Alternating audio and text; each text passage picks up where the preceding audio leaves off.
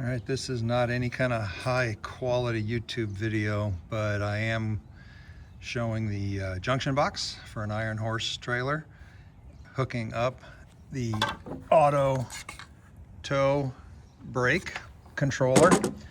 Just wanted to do a quick shot here of the junction box. What I did was cut a slight little X in this grommet to run this through.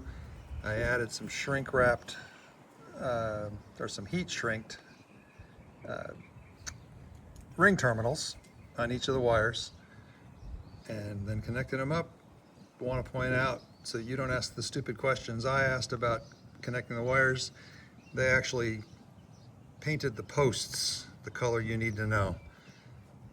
Should have not expected anything less from an Ironhorse.